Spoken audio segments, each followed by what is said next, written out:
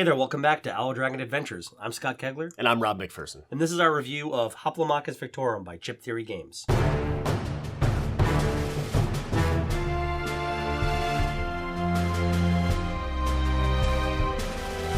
So this is Hoplomachus Victorum by Chip Theory Games. It is their newest title that just released. Some people were getting it back in December. We finally got our copy because we were slackers and just pre-ordered it instead of kickstarting it in the last couple of weeks. And it is a gladiatorial combat style campaign solo game. Mm-hmm. So it is entirely solo. There's no co-op or competitive mode at all, which is a new thing for them. Usually they're kind of a combo type of thing. Mm-hmm. But so the theme is that you are taking on one of the heroes, one of the 8 heroes that you can play as from different factions. So there's the Lemosians, Atlanteans, Pluto's refugees, New Argonauts, Vesuvians, Amazons, Parthians, and Kunlun? Don't know how to pronounce it. And you are traveling throughout the world here on this campaign map, moving your little token around as you go, and fighting various battles as you go to strengthen your troop and strengthen your hero until you can finally take on the Scion, the final boss. Mm-hmm. Yeah, so in the course of the game, it's, as Rob pointed out, it's mostly a tactics game here where you're going to play on one of 8 different maps. So there's a different map for each of the regions that you travel through in that campaign. Begin the campaign, you'll choose your hero, you set them up a certain way, and this is really the newest feature of the game from a rules side.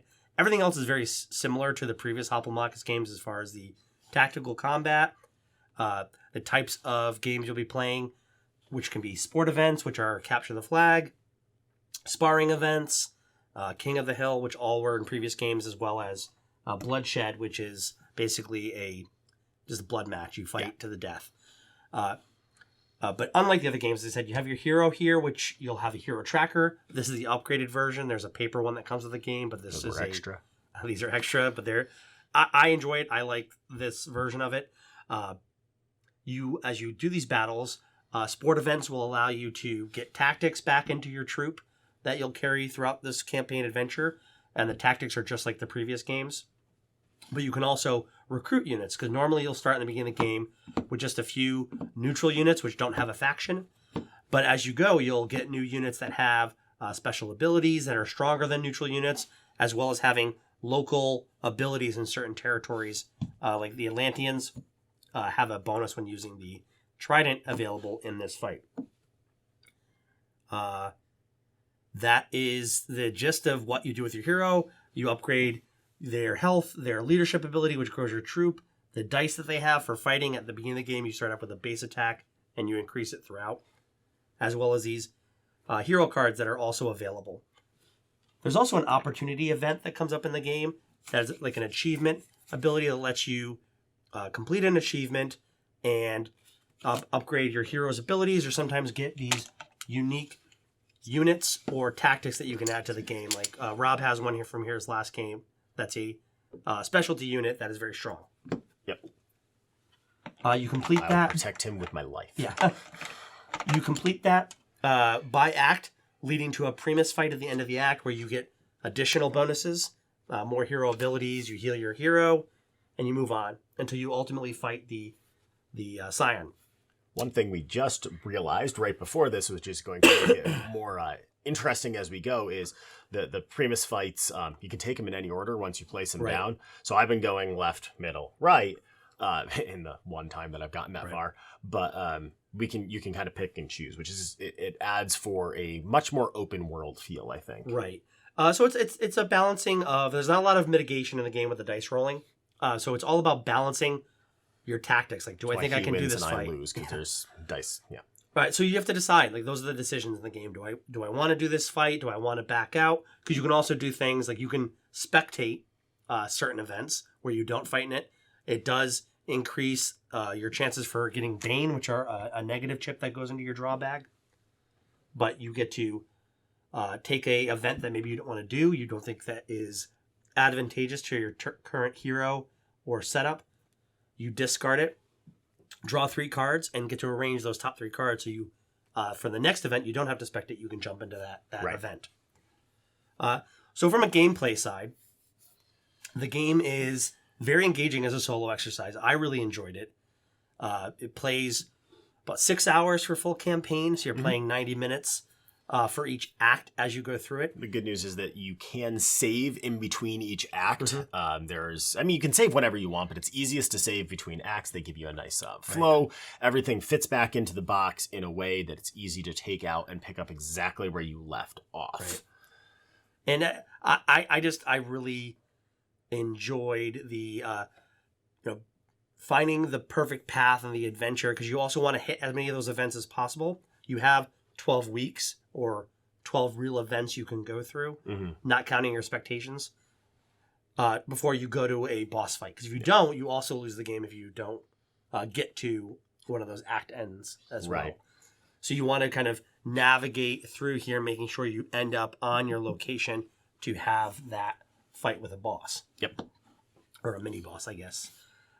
So I mean, it flows together really well. I think that Chip Theory did, and this is dipping into the next category a little bit, but Chip Theory did a great job of making sure that it made sense, the gameplay flow. It feels very thematic. Everything that you do feels like the world that they set up, feels like the tactics, the experience that they were going for. Right. So I personally love the gameplay. I think that it's a really, really strong experience, and it's probably one of the most immersive solo games that I've played. Yeah, I really love the theme of it, and I've always loved Hoplomachus, but if you've played Hoplomachus, they've taken it as the strong foundation of that game and adding that kind of that grinding video game thing of that improving your heroes, getting the perfect troop, the perfect tactics. Yep. I think it really elevates the original game. Yeah, so I agree. I love the gameplay as well. Yep. So, but as you were talking about accessibility, this is like any Chip Theory game. There's a lot here. There's a lot of terminology and understanding how certain abilities work with each other, and sometimes you have to clarify. Like, agile was one. Like, there was a terminology where, hey, this certain ability isn't as clear as written, or you have to kind of go back and check some of that. So not overly heavy game, but there's definitely a lot to review. But as far as rule books go, it is definitely one of the strongest Chip Theory rule books that I've seen so far. Yes. Hands down. I also found that the little reference sheets for the bosses as well as the territories were very well laid out, and made it very easy to understand the special feature of each region map. Like Atlanteans, as I pointed out, has the trident. Other ones have a unique ability, and it might affect local units differently. But one of my favorite aspects is the targeting mechanics of the game are listed uniquely on each region. And they vary depending on where you are. So like with the Atlanteans, you can see there's a single line item here. This is how every unit will act. But then there's other ones, like what was the one I was looking at? It might actually be on the back here. Yeah. So Lemosians, they have 3 different line items. Their hero acts differently from their ranged opponents, which act, ranged units, which act differently from everyone else. Right. But it's all right there. Right. Like this lives right here as you play. So you can quickly look down and check, which I prefer actually over having to dig into the rule book or just memorize it. It's always just right there. Yeah, and it's just overall very strong AI targeting system. I found it very easy to follow for a solo game, because that can always be a bit of a headache where you're not sure if you're like cheating yourself or not in the game with those, but it's very clear like, no, he would go here because this is his targeting path. Right. And sometimes it does feel like it is weird that all of a sudden, like, the AI will be like, nope, I was fighting you, but I'm going to come over here and hit this guy now. It's like, oh, okay. Yeah. It feels a little weird because you're, like, getting a reprieve. Yeah. But it's their targeting system. And they have their priorities. They know, just like you sometimes. Like, I'll be fighting someone and I'll be like, nope, I'm going to go and fight this guy over here now because he's much more of a problem. Right. So it does track with how the tactics would work out.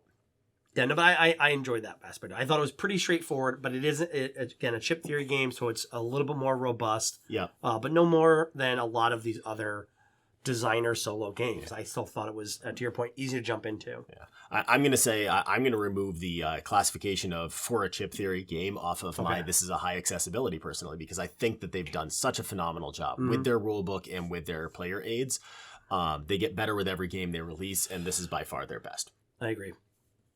So next would be design. I think that this is their. I don't think I found this to be their prettiest game so far. Like I don't think that, and I love the look and the kind of dirty steampunk look of the Too Many Bones games. This and I like the crisp style of Burn Cycle. But I thought this is just overall one of their sharpest looking games, not just from an art style, but from a designing the playing space and the practical graphic design of where everything lives. So yeah, you take out the enemies and they wait for the fight right here, and they've got their own spots for them. If they have tactics, it's right here. So it's just really well laid out. You know what's going to happen. Everything was within reach right here. You've got all the different cards that you can play as. Exactly. You have draw decks for all of your events that come up, and you just draw from the front of it and discard to the back. You know where your villains are at the top there. But also just silly things like thematic design of the playing space, like having this camp area for your traveling troop of gladiators. I've noticed that you've assembled my troop actually around the campfire. I do this when I play because I just love having my little troop around the fire. I get excited when, I stack them like cordwood. I get excited like when I get that one unit who I thought was going to die and he survived. He comes back and I get to put him back celebratory back into the circle with the rest of the troop. So I think it is just a very stunning game for chip theory, but overall a stunning game from a design aspect. I agree completely. And the iconography is all very easy to follow. I have not once looked at something and be like, wait, what is that? And actually from the ease of use graphic design. So sometimes when you're playing an enemy, they get a tactic along with it. And at first I was like, I had to refer to the chart and be like, which tactic comes out with each person? And then it dawned on me that it's right on the chips. Yeah. So like I look and this is a tactical style of opponent. So I look and it's right on hamstring for the tactic. It says the same symbol. So I don't even have to think about it anymore. And I'm starting to memorize it, but even early game, if you haven't memorized it yet, you don't always have to dig into the rule book or go to the back. You can be like, that symbol, done. Yeah. No, very easy to understand all of that. Yep. So next would be the quality. Kind of a joke to talk about it because it's a chip theory game. So like it's stitched neoprene mats, heavy chips for game pieces. There's metal inside here, so you get the heft to it. Special call out that actually I probably should have talked about in the design as well. We mentioned it, but this plastic faux marble area. That is fantastic from a value side. When I saw this at Gen Con, it was the first time they had it set up. I wasn't sure that this I thought this was their demo. I was like, does that actually come in the game? They're like, no, that's in the game. I'm like, that's ridiculous and delightful. So, I mean, from a value side, excellent. Not value, quality. Excellent quality of all the components. You can play, their games are waterproof, right? You have PVC cards. Excellent. Even the small cards. I believe there's a TikTok of Seppi playing it in this pool. Yeah, recently. I think so. I saw that. And actually, as stupid as it is, PVC small cards really nice because these are the kind of cards that just get. You never shuffle these, but I hate shuffling small cards. But like, I can shuffle a small. But not only that, I just feel like the paper ones of these just get destroyed in games. Agreed. But yeah, just excellent quality. We could rave about the quality of chip theory. Yeah. Maybe we'll do a whole video that is just raving about chip theory quality. But brings us right into value. Yep. You're paying for the quality, right? So they this game is $150 essentially retail. Yep. But when I was crunching the math on it for myself, like that means that if you just played each hero once in the game, you're basically paying like $5 an hour because it's 6 hours essentially to play through a campaign with a character. But you've also got like I think 7 different bosses to go through in the game. They're not out right now. Yeah. So there's a lot of modular replayability in the game with different, just because I played with Virago this time, she might have an entirely different troop the next time I play with her. I might choose a different starting setup for her with her and abilities. I would be shocked if there was not an expansion coming where you have different heroes. Right. And different scions. Those are just easy. Like, I can't imagine doing more factions because it's built into this. But, like, Newt, new heroes. scions, new heroes, just like alternates for them. Like Right. there's 2 different heroes now for each faction. That's such an easy thing that I'd be shocked if they don't come out. Right. With that. You could change these maps. Yep. Like you could have a new Atlanteans Maybe map. maybe Vesuvius, with each new hero comes alternate Vesuvius or something. But yeah. See, Chip Theory, we're helping you take our money. But yeah, so 150 again, it's that can be a lot for some people. But I do think if you're looking for a solo game to commit to and you just want that one that you can play all the time, this is that type of game. Yeah. If you're looking for kind of almost that video game grindy experience, I think this is going to be your type of a game. Absolutely. You don't need the metal dice, but they're nice. I picked them up for $60. The core dice for the value are perfectly fine. I showed restraint and didn't get them because they were out of stock. Yeah. This is like another $20. Does not come with the core game. I think it is nice to have, but not needed. This, however, the upgraded bag, I did think is after I played through without it. With the this is the standard one that comes in the game. It doesn't have. You can see it doesn't have the flat bottom sewn in, so it won't stand on its own. The bag gets pretty full by the end of a campaign. Yep. I found that that's just easier and makes less of a mess, and it's just easier to grab in, shuffle it. After every fight, you can sometimes recruit, but for the most part, say you had 6 rivals out, all 6 of those chips get tossed in the bag, no matter where you grab them from. Yeah. So, it does fill up really quick. So that overall, I think the value is there, but you have to be ready to commit to it. And that would be the one thing, if you were going to add anything to the cart, if you think you needed to, would be the bag. Yep, the bag, absolutely. And that's, but still high value for me, anyways, at this time. Yeah, absolutely, same. And then that brings us to final scores.